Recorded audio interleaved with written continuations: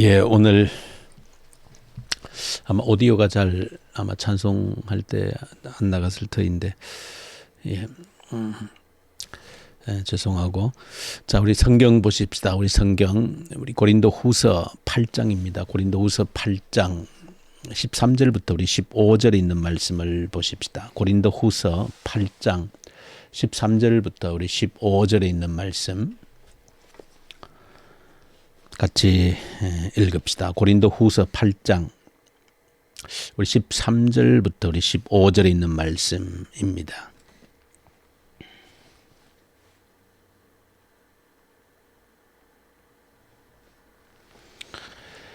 같이 읽읍시다. 이는 다른 사람들은 평안하게 하고 너희는 곤고하게 하려는 것이 아니요 균등하게 하려 함이니 이제 너희의 넉넉한 것으로 그들의 부족한 것을 보충함은 후에 그들의 넉넉한 것으로 너희의 부족한 것을 보충하여 균등하게 하려 함이라.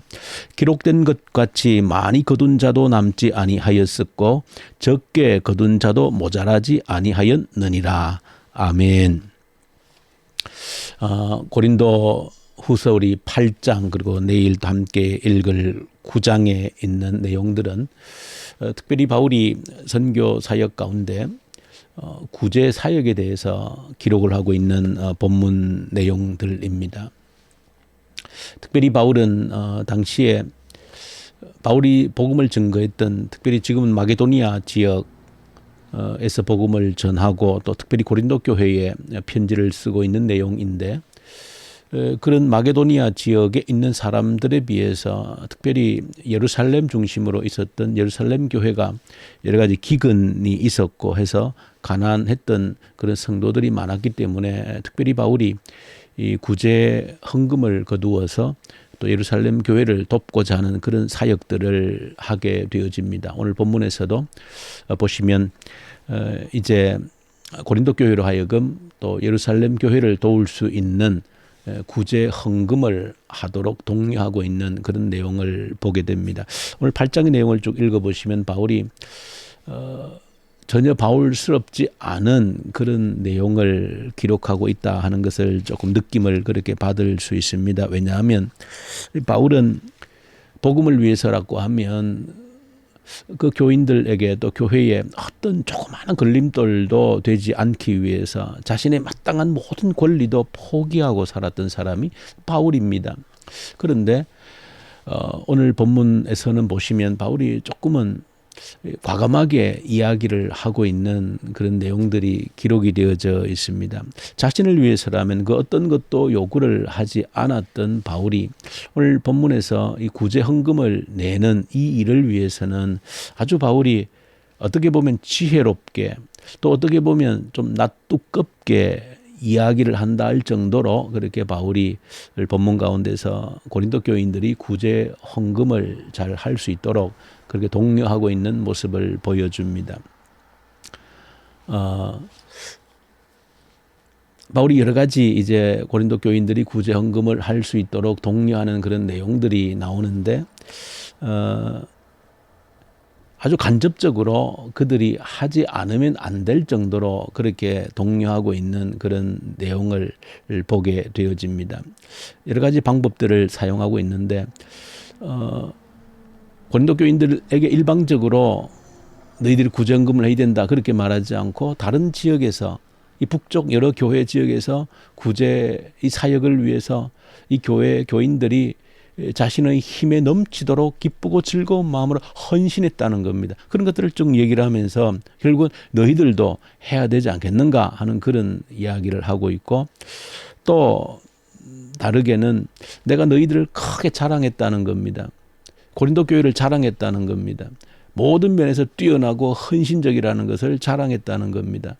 그런데 바라기는 이 구제 헌금하는 데 있어서도 가장 뛰어난 그런 교회가 되어져서 나의 자랑했던 것이 거짓이 아니고 진실이었음이 증명되면 좋겠다, 그런 표현을까지 하기도 합니다. 또 표현에서는 보시면은 이 북쪽에 있는 여러 교회들이 이 구제 사역에 참여했는데 이것을 어떤 의무로 한 것이 아니고 이 북쪽에 있는 성도들은 이것을 특권으로 여기고 오히려 바울 자신에게 우리가 이 구제 사역에 참여할 수 있는 그 특권을 우리에게 주십시오.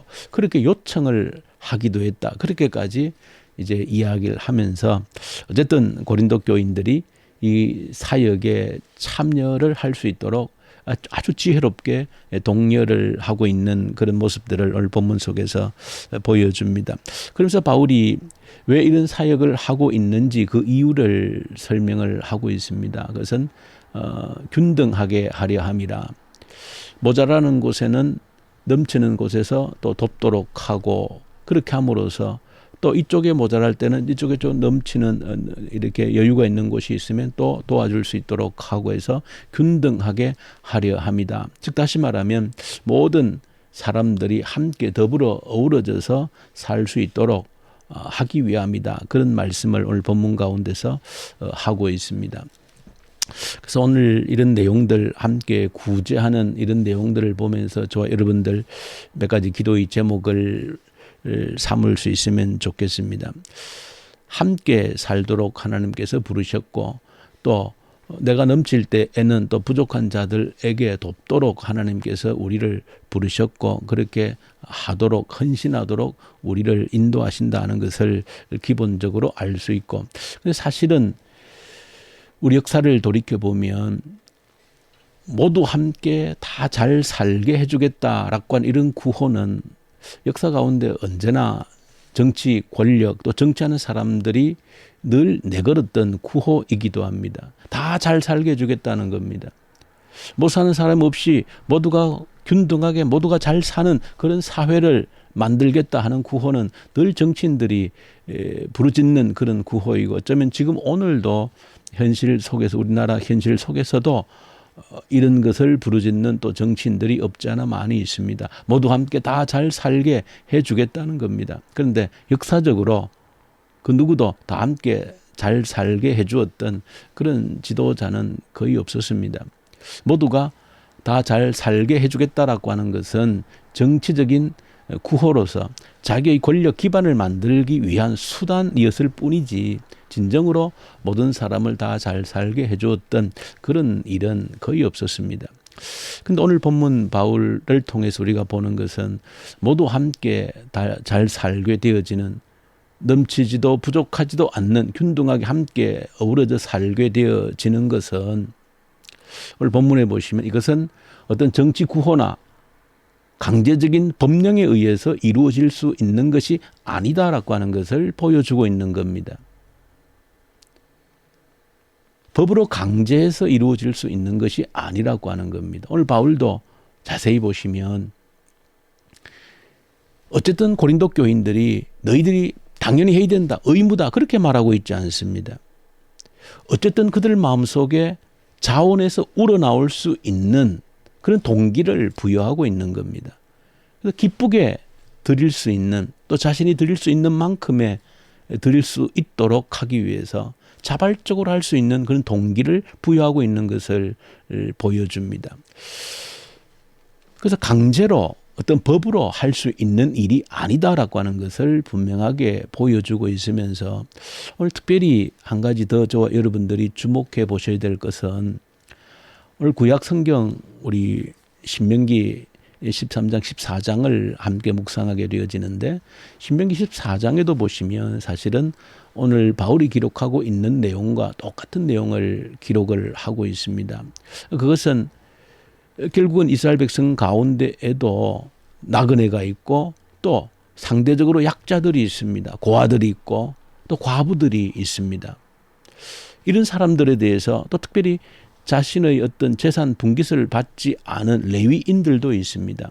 이런 사람들에 대해서 어떻게 해야 될 것인가에 대해서 모세를 통해서 하나님께서 분명히 규례를, 명령을 주고 있습니다. 그래서 신명기 14장에 보시면 어떻게 하나님께서 말씀하셨는가 하면, 너희들이 매 3년마다 마지막에 모든 소득의 11조를 들여서 그것을 가지고 레위인들에게, 그리고 나그네들에게, 고아들에게, 과부들에게 먹을 것을 넉넉히 공급하라고 하는 그런 명령을 주고 있습니다. 그러니까 구약 성경 하나님께서는 모세를 통해서 좀 강제적인 성격을 둔 겁니다. 하나님의 법의 규정에서 3년마다 소득의 11조를 들여서 그것을 가지고 아무런 분깃이 없는 레위인들에게, 그 나그네들에게, 고아들, 과부들에게 먹이고 입히라는 겁니다. 이것은 하나님께서 하나님의 법에 그런 하나님의 백성들이 반드시 지켜야 될 규정으로 두고 있는 겁니다. 이런 법을 모세가, 아니 바울이 모르지 않았을 터인데, 모세는 지금 이 고린도 교회에 말씀하면서 한 가지 특이한 것은 구약의 이런 말씀을 인용을 하고 있지 않습니다. 아마 바울이 가르칠 수 있었으면 구약 말씀에 하나님께서 이렇게 명령하셨다. 너희들의 소득의 11조는 반드시 하나님께 드려서 그런 가난한 사람들이 또 레위인들이 먹고 입을 수 있도록 해야 된다. 이건 하나님의 법이다. 이렇게 아마 바울이 고린도 교인들에게나 또 여러 다니는 모든 선교 지역의 교회들에게 그렇게 아마 이야기를 할 수 있었을 터인데, 바울이 그렇게 이야기를 하고 있지 않다는 겁니다. 하나님의 법이기 때문에 너희들이 해야 된다. 그렇게 바울이 이야기하고 있지를 않다는 겁니다. 이것은 저와 여러분들이 한번 주목해서 보셔야 된다. 이것도 뭔가 점진적으로 변화되어지고 발전되어져 가는 그런 과정을 보여주고 있는 겁니다. 바울은 자원에 사도록 동기를 부여하고 있는 겁니다. 기쁜 마음으로 할 수 있도록 동기를 부여하고 있는 겁니다. 이것이 우리 신앙의 성숙을 보여준 한 측면입니다. 왜냐하면 신구약 성경은 흘러가면서 하나님 나라가 점점 성장해가는 모습을 보여주고 있기 때문에 이런 면에서도 차이가 있는 것을 보여줍니다. 과거에는 법이라고 하는 것에 얽매여서 너희들이 의무적으로 해야 된다라고 하면, 이제는 그 법에 기록되어 있기 때문에 의무적으로 하는 것이 아니고 자원에서 자발적으로 할 수 있도록 바울이 유도를 하고 있는 겁니다.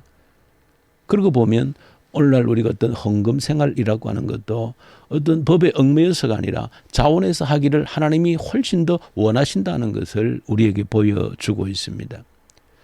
그리고 오늘 성경 바울은 한 단계 더 나아가며 자원하는 정도에서 한 단계 더 나아가는 것을 보여줍니다.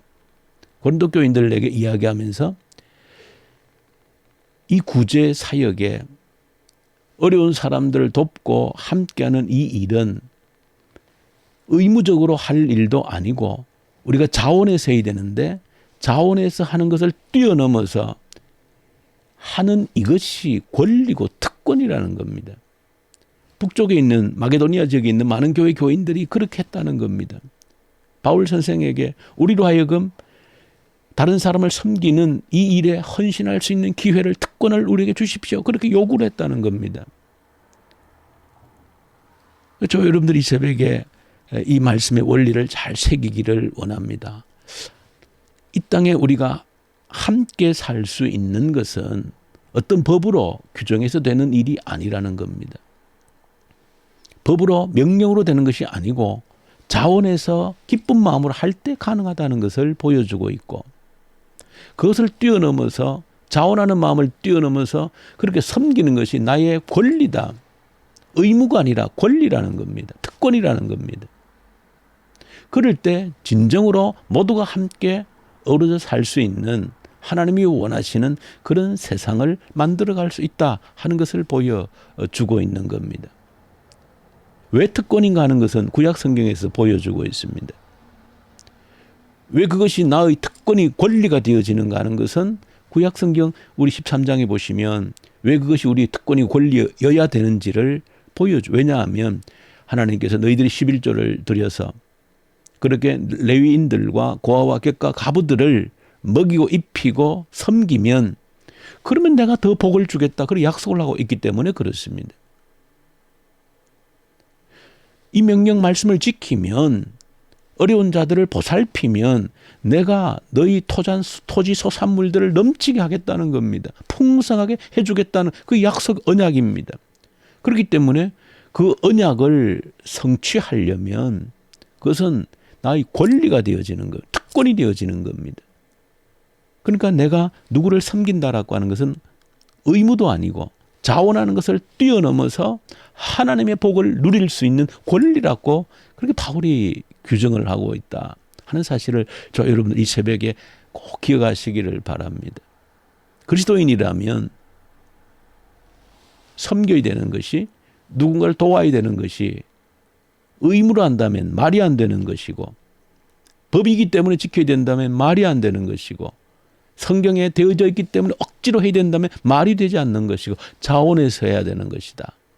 그 자원을 뛰어넘어서 그것을 권리다, 내 특권으로 인식할 줄 아는 사람이 진정한 하나님의 자녀 그리스도인이라는 겁니다. 우리를 하나님의 상속자라 그렇게 표현하지 않습니까? 정말로 내가 하나님의 상속자임을 알면 하나님의 모든 것이 나의 것이다, 그 정도의 고백이 있다라고 하면 이것이 특권인 줄 알게 되어지는 겁니다. 하나님 더 많이 섬길 수 있도록, 수많은 사람들을 먹이고 입힐 수 있는 그늘이 되게 해주십시오. 나의 삶을 그렇게 드리기를 원합니다. 특권인 겁니다. 이 새벽에는 그렇게 한번 기도해 보기를 원합니다. 자녀를 축복하면서 그런 축복의 기도를 하기를 원합니다. 하나님, 수많은 사람들을 먹이고 입힐 수 있는 그늘이 되게 해 주십시오. 그것이 의무가 아니라 자원을 뛰어넘어서 특권이라는 생각, 권리라는 생각을 가지고 살게 해 주십시오.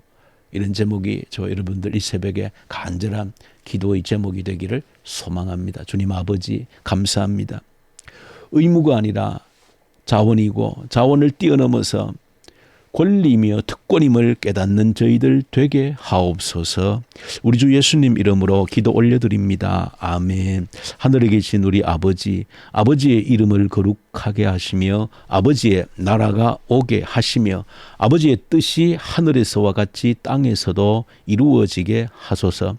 오늘 우리에게 일용할 양식을 주시고 우리가 우리에게 잘못한 사람을 용서하여 준 것 같이 우리 죄를 용서하여 주시고 우리를 시험에 빠지지 않게 하시고 악에서 구하소서.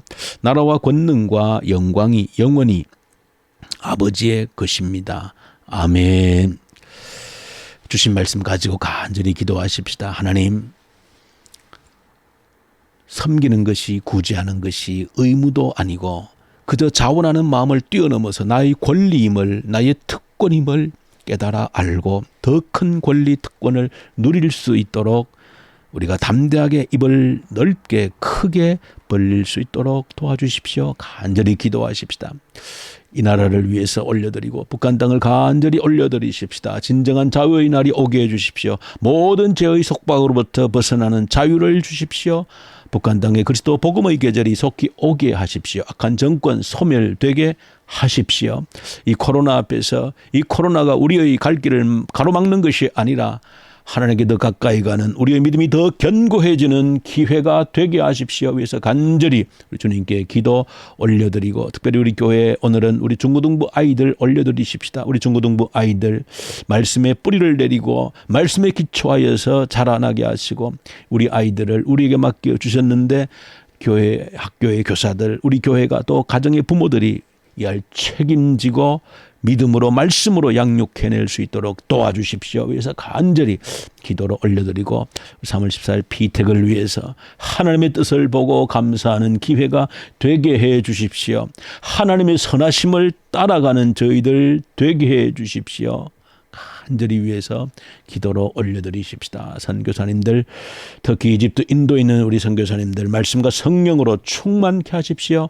위해서 간절히 우리 주님께 기도로 올려드리십시다. 우리 기도하십시다.